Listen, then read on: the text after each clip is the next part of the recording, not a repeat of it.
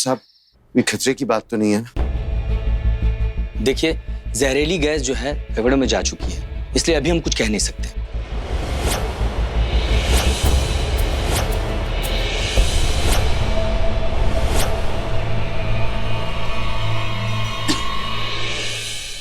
आप डॉक्टर साहब विधान को भी एक बार चेक कर लीजिए। वो भी गया था वहां गैस से भरे कमरे में, कहीं इसे भी कुछ। नहीं मॉम, मैं ठीक हूँ। डॉक्टर आप प्लीज भैया पर ध्यान दीजिए। दवाई की जरूरत आपको भी है। संभाल के, मुझे तो मेरे दोनों बच्चों की चिंता हो रही है। माँ हूं ना।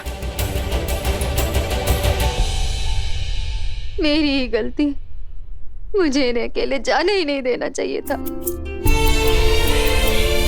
मना लेना चाहिए था मुझे साथ में ले जाने के लिए।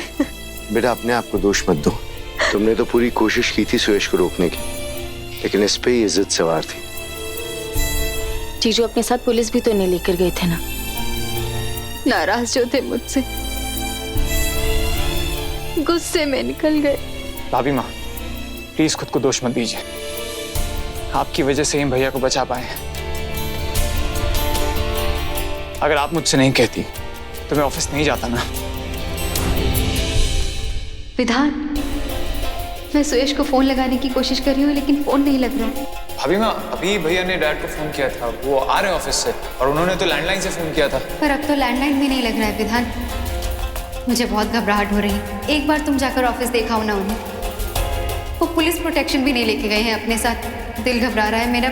मुझे लग रहा है जैसे वो मुसीबत में है किसी। प्लीज चले जाओ ना। ठीक है, मैं जाकर आता हूँ। मैं आता हूँ।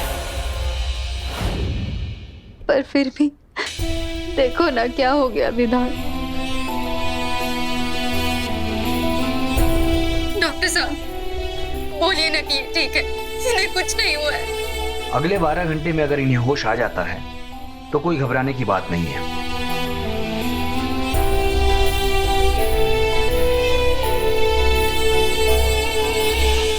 विधान को फॉलोअप किया और चेकअप की जरूरत नहीं है ना? नहीं मिस्टर रावत, मिस्टर विधान बिल्कुल ठीक है। Thank you doctor. ओके।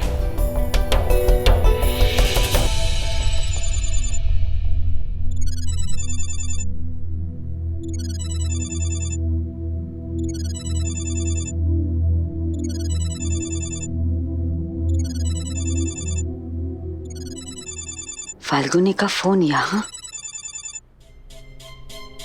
अरे सोना, ये सुयश जिएगा क्या मरेगा, मारे को नहीं पता।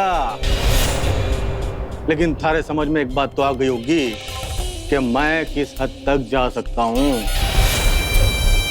जो आज जय सुयश के साथ हुआ है, कल तारी बहन नियति के साथ होगा, फिर थारे देवर विधान, उसके बाद थारे ससुर जी का नंबर है, उसके बाद थारी सासू माँ उत्तरा देवी का नंबर है। देखा, मारे को थारे पूरे परिवार का नाम पता है। वो क्या है कि मैंने थारी कुंडली निकाली है, समझी? और सुन, ये मौत का नाच तब तक चलेगा जब तक तू गवाही देने से मना नहीं कर देती। फाल्गुनी गवाही नहीं देगी। अरे कौन बोल रहा है? फाल्गुनी की सास उत्तरा देवी रावत। मैं वादा करती हूँ, मैं फाल्गुनी को समझाऊंगी। थारे को मैं बेवकूफ दिखता हूँ? थारे को क्या लगता है मैं थारी बातों में आ जाऊंगा ना? मारे को सबूत चाहिए कि फाल्गुनी ने गवाही देने से मना कर दिया है।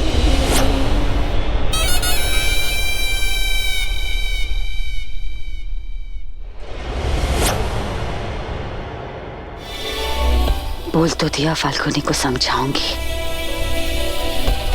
लेकिन उसे समझाऊंगी कैसे?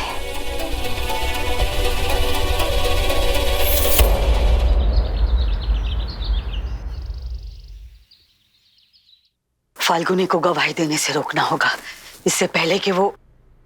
हम इस वक्त रावत मेंशन में हैं, जहां मिसेस फाल्गुनी रावत ने प्रेस को खुद बुलाया है कोई जरूरी बात बताने के लिए। गवाही में सिर्फ 2 दिन बचे हैं। ऐसी कौन सी जरूरी बात बतानी है मिसेस फाल्गुनी रावत को? आइए आज उन्हीं से पूछते हैं। बताइए मैम। मैंने ये फैसला लिया है कि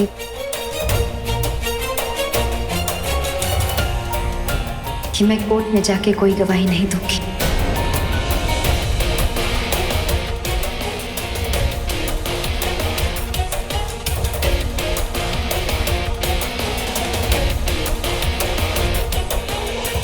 मेरे समझाने से पहले ही ये पीछे हट गई। चलो अच्छा है, इसी में सबकी भलाई है। तो अचानक ये फैसला क्यों लिया आपने? क्या आपको धमकाया जा रहा है? नहीं नहीं, ऐसी कोई बात नहीं है। तो क्या आपने मीडिया में पिछला बयान सिर्फ मशहूर होने के लिए दिया था? ऐसे कैसे पूछ सकती हैं आप? तो फिर क्या हम ये समझे कि आपको चुप रहने की कीमत दी गई है?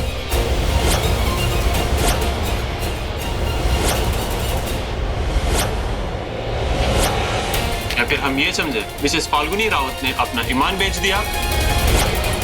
आप लोग प्लीज तमीज से बात करिए। तो आपके ऐसे अचानक से पीछे हटने की क्या वजह हो सकती है? या फिर हम ये समझे कि रावत परिवार डरपोक निकला?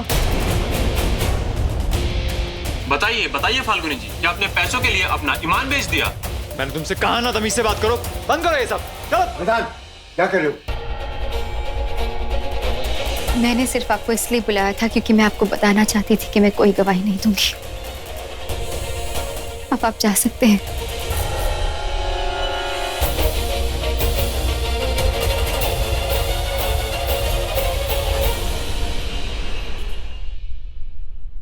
अगर वो छोरी ना मानी ना तो सबसे पहले उसी को उड़ाऊंगा। बस अब बहुत हो गई आंख मिचोली। भाई साहब, न्यूज़ देखा? मैंने ये फैसला लिया है कि मैं कोर्ट में जाके कोई गवाही नहीं दूंगी। फाल्गुनी मान गई, अब वो गवाही ना देगी। किसने सोचा था भाई? उसने सोचा था कि मतलब थारे को क्या लगता है जो भाई साहब चाहेगा भाई साहब को नहीं मिलेगा? अरे किसमें हिम्मत है जो भाई साहब को मना कर दे? है किसी में? सीना ना पैसा। अच्छा हुआ मान गई, वरना आज उसकी जिंदगी का आखिरी दिन होता।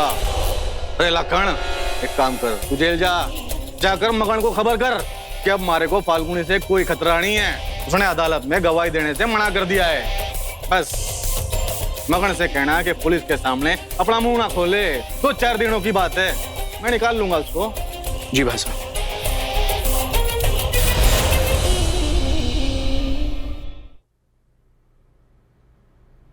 फाल्गुनी बेटा, तुमने बहुत अच्छा फैसला लिया। तुम्हारे इस फैसले में पूरे परिवार की भलाई है। उन गुंडों के खिलाफ गवाही देके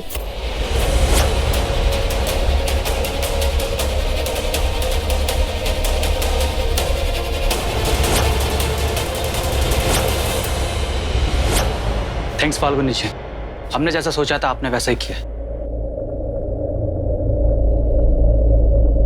वैसा ही सोचा था मतलब क्या कहना है आपका? सुहेश की जान जाते जाते बची। मैं अब और खतरा नहीं उठा सकती। मैं गवाही नहीं दूंगी इंस्पेक्टर साहब। अगर हम उन्हें सही समय पर कमरे से बाहर नहीं निकालते उनकी जान जा सकती थी। मैं अपने बेटे को नहीं खो सकता इंस्पेक्टर साहब। चीची माँ गुनहगार को सजा दिलवाना चाहती थी, पर यहाँ तो हमें ही सजा मिल रही है। देखिए, हम आपका डर समझते हैं, हम आपकी सुरक्षा और बढ़ा देंगे, लेकिन प्लीज गवाही देने से मना मत कीजिए। हम मगन चौरसिया का मुंह नहीं खुलवा पा रहे हैं क्योंकि उसके खिलाफ कोई गवाही नहीं दे रहा है। अगर आपने गवाही नहीं दी तो वो छूट जाएगा और फिर पता नहीं वो लोग कितने जुर्म करेंगे। मैं आपकी मदद करना चाहती हूँ इंस्पेक्टर साहब, पर अपने परिवार की जान खतरे में डालकर नहीं। पहले तो वो लोग सिर्फ धमकी दे रहे, अब तो उन्होंने हमें नुकसान पहुंचाना शुरू कर दी। उन लोगों को चुप कराने का बस एक ही तरीका कि मैं गवाही देने से मना कर दूं बस। तो कर दीजिए मना।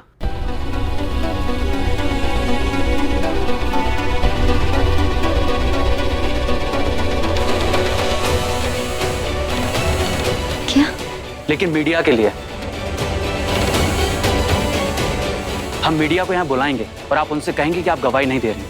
इससे मगन के आदमी आपको परेशान नहीं करेंगे और फिर गवाही वाले दिन हम आपको छुपाकर कोर्ट ले जाएंगे और फिर आप अपनी गवाही दे दीजिए। एक बार मगन के साथी पकड़े गए तो आपको डरने की कोई जरूरत नहीं होगी।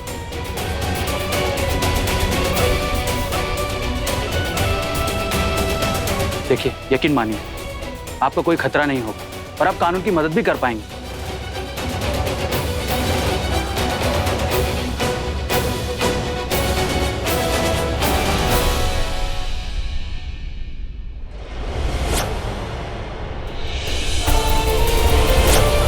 परसों हम आपको छुपाकर सुरक्षा के साथ कोर्ट ले जाएंगे। आप लोग घबराइए नहीं, मैं चलता हूँ।